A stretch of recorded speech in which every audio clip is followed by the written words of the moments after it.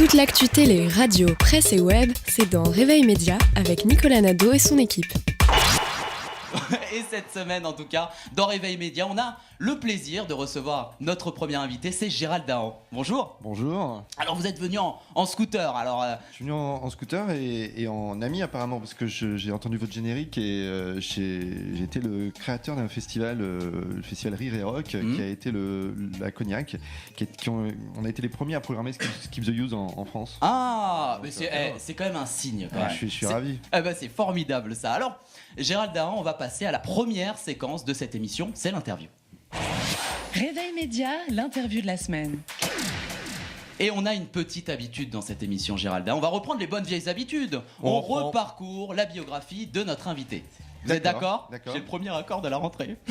On demande toujours si aux invités sont d'accord. On leur fait plaisir. Et oui, et vous êtes humoriste, imitateur, animateur radio. Et votre carrière prend forme dès l'âge de 12 ans, puisque vous remportez le titre du plus jeune imitateur de France à Angoulême. Et à 18 ans, vous êtes élu meilleur jeune comique de l'année à Bobino. En 92, vous montez sur scène avec votre premier one-man show qui s'appelle Imitator au théâtre de 10h. Et c'est le début d'une belle aventure avec le public, Gérald Dahan. Oui, durant votre parcours, vous êtes à l'affiche d'un grand nombre de spectacles comme En direct de la planète Plucon en 2004, L'imposteur en 2005 ou encore Érection présidentielle sarcolante de droite à gauche. Alors côté télévision, vous avez été en charge d'enregistrer les voix masculines de l'émission Les Minicums sur France 3 pendant 7 ans. Sur cette même chaîne, vous présentez en 2002 Les Bêtisiers de fin d'année en prime time et quelques années plus tard, l'émission de Gérald Dahan. Côté radio, vous avez été l'un des piliers de l'émission Rien à cirer sur France Inter avec Laurent Ruquier ou encore plus récemment avec l'émission Parlez-moi d'humour. Et de 2003 à 2012, malgré une coupure de 6 ans, vous avez été animateur sur Rire et Chanson et vous rejoignez par la suite Sud Radio. Est-ce que je n'ai pas fait d'erreur ? Quasiment pas. Quasiment. Alors je veux savoir les erreurs. Non, il n'y a pas d'erreur. Bon, c'est super. Alors aujourd'hui, on vous retrouve avec c'est votre... moi qui ai fait peut-être quelques erreurs. Lesquelles Je sais pas, on en parlera peut-être. Et oui, aujourd'hui, on vous retrouve avec votre nouveau spectacle qui s'appelle Canular sur scène. On en parlera dans quelques instants. On a une autre petite habitude dans cette émission, Gérald Dahan, c'est qu'on va écouter une audio clin d'œil. Et cet audio, c'est l'extrait d'un de vos canulars. Nous sommes en 2005 et ce jour-là, vous imitez Jacques Chirac. Jacques Chirac malade. Oui, malade. C'est vrai que c'était la période où le chef de l'État avait des petits soucis de santé. Donc il était alors président de la République. Vous appelez Zinedine Zidane et vous lui demandez une faveur qui n'est pas passée inaperçue. Écoutez. Est-ce que je peux vous demander une faveur ? Oui, bien sûr. Si au moment de la Marseillaise, vous pouviez avoir la main sur le cœur, alors vous me feriez le plus grand plaisir, comme en 98. On le fera. Vous le ferez ? On le fera. Si toute l'équipe pouvait le faire, alors... Oui, c'est ce qu'on en discutera et on le fera. On le fera. Au moment de la Marseillaise. Très bien. Ah mais c'est magnifique ça, je trouve. Ouais, mais ce qui est encore plus dingue, en fait, je l'avais volontairement coupé au montage pour ne pas discréditer le sélectionneur de l'équipe qui était Raymond Domenech. Oui, c'était au début du canular, Raymond Domenech. Et j'avais coupé volontairement parce que j'avais réussi à faire sélectionner Lilian Thuram. Ah bon ? C'est ça, c'est-à-dire que il est à peu près midi et je lui dis qui va jouer dans l'équipe. Et il me dit c'est très simple, Monsieur le Président, dans les buts je mets Coupé, dans l'axe je mets Thierry Henry, Zidane, etc. Et je fais et Thuram. Il joue pas Thuram. Et il me dit non Monsieur le Président, il est blessé. Je fais il faut Thuram. Il m'a dit à ce moment-là je peux peut-être le mettre au début et dès que je vois que ça va pas je le sors. Je fais il faut Thuram. Et donc ce qui est complètement dingue, c'est que non seulement Thuram a été sélectionné, mais en plus il a joué tout le match et c'est lui qui fait la passe à Thierry Henry qui marque et c'est comme ça qu'ils vont à la Coupe du Monde. Mais je vais finir imitateur. Mais en revanche, le but de Thierry Henry n'était pas... Non, voilà. Mais c'est quand même formidable. Alors c'est vrai que vous aviez remporté le titre du plus jeune imitateur à 12 ans. Comment est né ce don et cette envie d'imiter les voix, Gérald Dahan ? Je n'en ai pas un souvenir très précis parce que ça remonte à trop tôt en fait. Trop tôt. Donc je vous parle d'un temps que les moins de 35 ans même. Oula, nous on est. Bah oui, j'avais 35 ans, n'importe quoi. J'avais 5 ans quand j'ai commencé à faire des imitations. 5 ans. Ouais, et donc mes parents m'ont raconté que j'imitais absolument tout le monde, mais pas forcément des gens connus. Et ça n'est que vers les 7-8 ans que lorsque j'ai vu des gens comme Thierry Leluron, Patrick Sébastien ou des gens comme ça imiter des gens nationalement connus que j'ai pris conscience que je pouvais élargir votre métier. Voilà, je me suis dit si j'élargis mon répertoire, je pourrais peut-être vivre de ma passion. Et ça a été qui votre première voix? Ma première voix connue. Alors c'était pas des. Alors je sais plus exactement. C'était un politique. Je crois que c'était Laurel et Hardy parce que j'avais beaucoup de tendresse. Alors ça fait quoi Laurel et Hardy? Je me souviens plus exactement, mais enfin si je m'en souviens, mais j'ai pas envie de le faire. Mais c'est surtout que. Non, en fait c'est parce que quand on est gamin et qu'on imite d'abord les mimiques. Vocalement, on n'a pas le timbre d'un adulte. Donc voilà, conscient de ça, j'ai vraiment axé mon travail au départ sur le visuel. Et je pense que ça a dû influencer la suite de mon... Et c'est ça qui est extraordinaire en plus chez vous, c'est que, en préparant l'interview, j'ai vu même que vous imitiez Jacques Chirac sans voix. C'est-à-dire que rien qu'avec les gestes, il n'y aurait pas eu de titre, on savait que c'était Jacques Chirac. Oui, c'est ça. La caméra, la posture de Jacques Chirac. Je mets un point d'honneur à chaque fois à travailler sur le mime pour que les gens reconnaissent les personnages avant que je les fasse vocalement. Alors justement, Gérald Dahan, durant votre parcours, est-ce qu'il y a un canular que vous regrettez ou un canular dont vous êtes le plus fier? Le plus fier, c'est celui de Jacques Chirac de France parce qu'on m'en parle encore tous les jours. Ouais. Donc je me dis bon, j'ai marqué un coup. C'est pas forcément celui qui m'a fait le plus rire, par contre. Après, est-ce que votre question c'était surtout est-ce que j'en ai un que je regrette.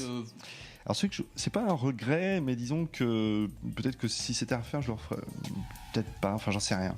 C'est lorsque j'ai piégé Ségolène Royal. Avant de le diffuser, je voulais absolument l'avoir au téléphone pour le lui dire.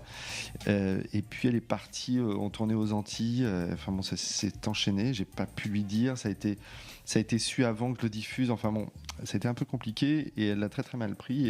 Et aujourd'hui encore, elle m'en veut. À tel point que lorsque je l'ai... D'abord, elle m'a consacré 2 pages dans son livre. Oui, en plus. Page 91-92 de ma plus belle histoire d'amour, c'est vous. Et puis là, je l'ai rencontrée encore il n'y a pas longtemps dans un train. Elle vous a même pas dit bonjour ou comme ça, vraiment un résistant? C'était assez cocasse. J'étais dans le wagon, je me suis assis et quelqu'un m'a tapé sur l'épaule en me disant vous êtes assis à ma place, c'était elle. C'est incroyable. C'est incroyable. Ça tombe bien, des retrouvailles. C'est clair. Non, mais c'est complètement. C'était en direct de La Rochelle. Et non, on était dans un train en direction de Poitiers parce qu'on est de la même région en plus. Ah d'accord. Et enfin les présidents plus exactement de la région dont je suis natif. Poitou-Charentes. Et en fait. Donc je me suis assis à ma place qui était en fait en face d'elle. D'accord. Et devait être sympa le voyage. Ouais, c'est clair. C'était compliqué, elle m'évitait tout le temps. Je savais pas comment l'aborder, parce qu'on se connaissait. Elle était venue à mon spectacle avant que je ne la piège. D'accord. Et elle avait beaucoup aimé. Et donc, je lui envoie un texto. Je lui dis est-ce que vous allez me faire. D'en face? Ouais. de 30 cm devant elle. Quoi. Et je lui envoie un texto en lui disant voilà, est-ce qu'on va se faire la gueule toute la vie et tout. Et donc, je la vois réceptionner le texto. Je la vois me répondre. Je réponds. Je découvre le texto. C'est laissez-moi tranquille. Ah ouais. J'ai envoyé un texto à Thomas Hollande qui est devenu un copain. Donc le fils du président de la République et de Ségolène. Et j'explique, il me dit oh c'est dommage et tout, donc il lui envoie un texto. Je vois qu'elle reçoit un texto de son fils et elle lui répond, lui il me le renvoie et il me dit voilà ce qu'elle m'a répondu, laissez-moi tranquille tous les deux.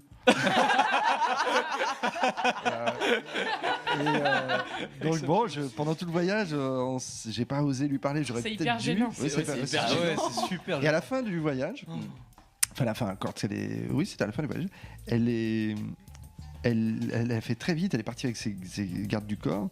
Et moi, je me lève, je range mes affaires et je découvre que sur son siège, elle a laissé son téléphone portable. Non. Si. Non. Évidemment, c'est plutôt tentant pour quelqu'un comme moi. Ah oui. On ouvre les messages. Non. Thomas Hollande. Non, et donc j'ai pris le téléphone et je lui ai couru après sur le quai. Et elle pensait que je voulais, je sais pas, lui parler, l'agresser, j'en sais rien. Elle disait laissez-moi, absolument. Elle me dit, c'est ce qu'elle disait, laissez-moi. Et je lui ai dit non, mais attendez, j'ai votre téléphone. Et elle avait pas compris, elle pensait que j'avais son numéro. Elle pensait pas que j'avais vraiment son téléphone. Et donc j'ai dit non, j'ai votre téléphone. Et après, elle a réalisé, elle est venue vers moi, elle me l'a pris des mains, elle a tourné les talons sans même me dire merci. Je lui ai quand même précisé, je lui ai dit décidément entre vous et moi, le téléphone c'est un problème.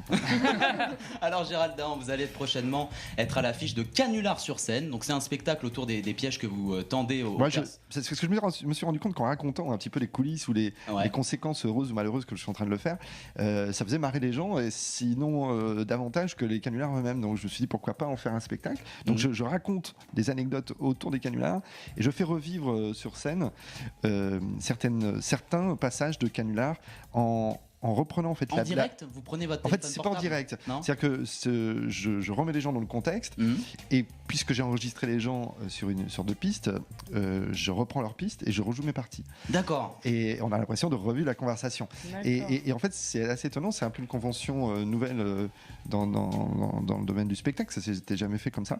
Donc c'était un test et j'ai testé déjà à Avignon cet été et ça marche comme un sketch. Les gens se marrent comme un sketch. Et c'est étonnant parce que quand on fait un canular, on sait jamais où les gens se marrent. On n'a pas le retour du public. Là, je l'ai, donc ça me fait plaisir. Et est-ce que vous modifiez des choses dans votre partition, à vous, par rapport à ce qui s'est fait à l'antenne ? Non, pas du tout, non. Non. Ah bah non. Bah, de toute façon, on s'en rendrait compte par rapport à leur réponse.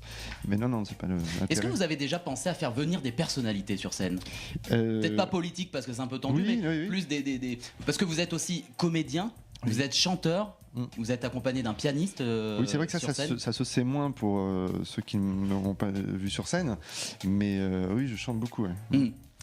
Alors, c'est à retrouver. Et d'ailleurs, dans le spectacle, excusez-moi. Pas de souci. En fait, c'est un sketch à la carte, c'est-à-dire que je demande aux gens de me citer les personnages, et ensuite, grâce au pianiste, on peut. Donc c'est jamais chaque spectacle, spectacle est différent. C'est ça qui doit être bien justement. Parce bah oui, moi ça me permet une récréation. Ouais.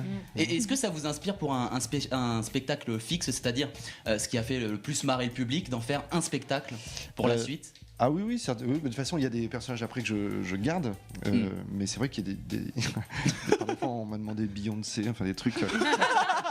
C'est un peu dur à danser, ça quand même. C'est un peu dur. À la radio, ça va. Ah oui, à la radio. Je le fais très bien. Moi, c'est Pierre Palmade qui m'impressionne. Ah oui. C'est-à-dire que en même temps, c'est plutôt normal que vous soyez impressionné par bien pas le mal, mais c'est vrai que moi aussi un petit peu. Quand on aura d'autres invités, si par exemple ils viennent pas, on appelle Gérald Dahan. Voilà. Mais ça m'est arrivé sur France Inter de Rien à cirer avec Ruquier de ne pas avoir les invités et que je commence à moi les faire. Pour les premières questions, les gens étaient en sérieusement oui, sérieusement, et qui prennent le relais. Et les gens ne s'en sont jamais aperçus. Alors votre spectacle, c'est à retrouver les prochaines dates. Le 19 septembre à Fort-Mahon, le 21 septembre à Saint-Germain-des-Fossés près de Vichy, au théâtre de 10h le vendredi et samedi en octobre, ainsi qu'au théâtre Montparnasse début 2015. Donc les gens peuvent déjà réserver leur place. Alors je sais pas, mais ça dépend. Je sais pas quand ça va être. Je pense que oui, d'ici à ce qu'on soit diffusé, oui. Gérald Dahan, en tout cas, vous restez avec nous tout au long de l'émission pour participer à nos rubriques. Quant à nous, on va parler télé pour cette première de l'année.